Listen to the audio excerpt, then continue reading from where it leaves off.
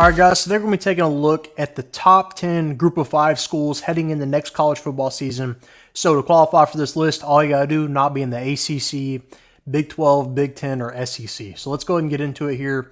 Coming in at number 10, we have James Madison. James Madison coming off a really good year last year, 11-2, but they lose a ton of pieces from last year. First off, their head coach is gone. Curt Cignetti headed to be the new head coach at Indiana. They bring in Bob Chesney from Holy Cross, which has won a ton of ball games at that level. But they also have a ton of turnover on their roster. All right, they lose their best player, which we'll talk about a little later.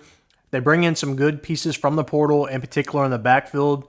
Quarterback Dylan Morris, been a backup at Washington. They bring in running back Ayo Adeyi from North Texas. Really good production last year. Should be an instant impact player at James Madison. Number 9. Miami of Ohio, really good last year in the MAC, 11-3. I think they're also going to benefit from Toledo kind of taking a step back in the MAC. Toledo does bring back their coach as well, but they lose some key pieces. Miami of Ohio brings back their quarterback, Brett Gabbert. You may remember him. Or you probably know his brother, Blaine Gabbert. Brett Gabbert thrown for a lot of yards here. They also bring in running back Dylan Downing from Purdue, which has started some games at Purdue. They should win the MAC this year. Next up, Tulane. All right, may take a little step back. They lost their head coach, Willie Fritz, to Houston. They lost their quarterback, Michael Pratt, to the NFL, but they also bring back some key pieces. All right, last year, obviously 11-3. Bring back their running back, top 10 running back in the nation, Makhi Hughes. They bring in quarterback Ty Thompson from Oregon. Really talented player, pretty good dual threat guy.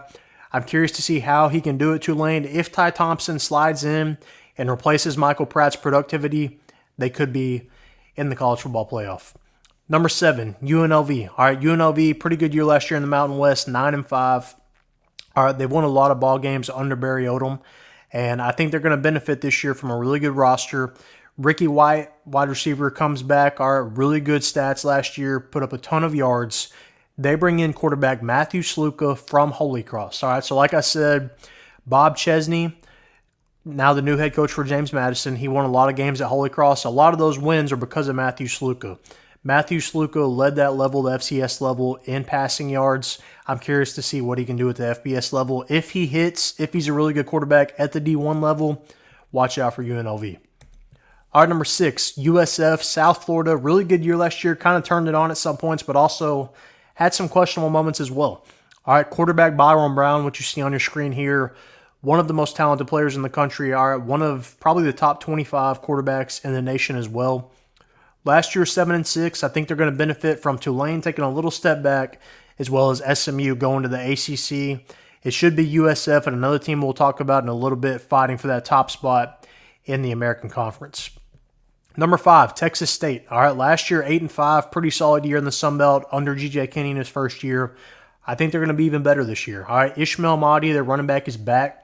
Had about 16 touchdowns last year. Really good production at the running back position. Kind of a good out-of-the-backfield catcher and can run the ball as well. They bring in quarterback Jordan McLeod, a true dual-threat quarterback. This is the one at James Madison I was talking about last year. He's kind of one of the main reasons they won so many games at James Madison last year. Stays within the conference, going to Texas State. Texas State's offense could have them as a top 25 team this year by the season's end, though.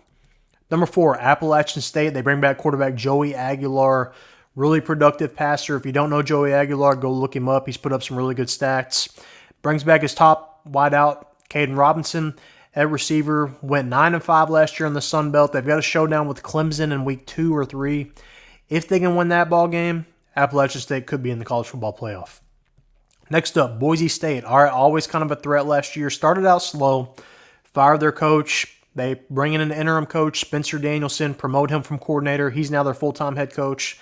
They go on a run at the end of the year, make the Mountain West Championship, end up at 8-6, but after a slow start.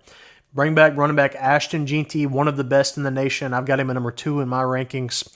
Really good dual threat guy. Like I said about a couple other guys on this list, Ashton Jeanty led the nation, I believe, in pass catching yards as a running back. They bring in quarterback Malachi Nelson from USC. All right, was a backup there, but really good product out of high school. All right, if he can live up that potential, Boise State could have a special year this year. Number 2, Liberty. All right, they made the New Year's Six Bowl last year as that Group of 5 representative. Bring back quarterback Caden Salter, even though it's kind of rumored he might transfer at some points. 13-1 last year. They bring back their backfield as well. Quentin Cooley, really good dual threat in that backfield as far as Salter and Cooley. You could go either way on that one. Salter, though, going to be the best athlete on the field at all times. Liberty, I think, could make the playoff this year. As we know, a G5 team is going to make the playoff, no doubt. Liberty, I think, might take a little step back as far as teams are going to know, being the committee. That we saw what they did last year against Oregon. Didn't look too pretty. So is that going to hurt their stock a little bit? If another team goes undefeated, it might. But Liberty should go undefeated again. All right, at number 1, I have Memphis. All right, they bring back their coach and their quarterback. Seth Hennigan went 10-3 last year in the American. And like I said, the American's kind of up for the taking now. Tulane should take a step back. UTSA is definitely going to take a step back. You lose SMU. Memphis, it's there for the taking. All right, they have quarterback Seth Hennigan. Really good quarterback if you've not watched him. He puts up some really good numbers, really good quarterback. They bring in running back Mario Anderson from South Carolina. Memphis is set up to go on a college football playoff run. They do play Florida State. If they can win that game or if they even lose that game and Florida State ends up being a top 10 team, Memphis could have a special year this year, I think. That's really their only loss is probably going to be Florida State, and I think they can beat Florida State. But who did I miss? Who did I leave off the list? Who would you move up or down? Let me know.